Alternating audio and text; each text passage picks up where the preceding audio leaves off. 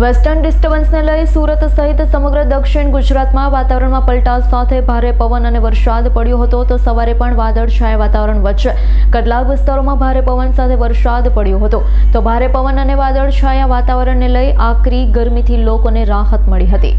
હવામાન વિભાગ દ્વારા વેસ્ટર્ન ડિસ્ટર્બન્સને લઈ સુરત સહિત સમગ્ર રાજ્યમાં વરસાદ અને ભારે પવનની આગાહી કરાઈ હતી, જેને લઈ સુરતમાં સોમવારે બપોર બાદ અચાનક વાતાવરણમાં પલટા બાદ મોડી સાંજે વરસાદ પડ્યો હતો।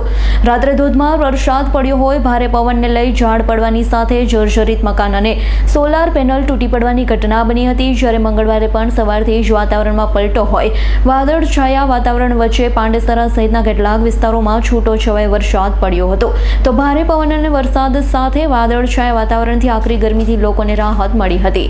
Bureau report S9 news Surat.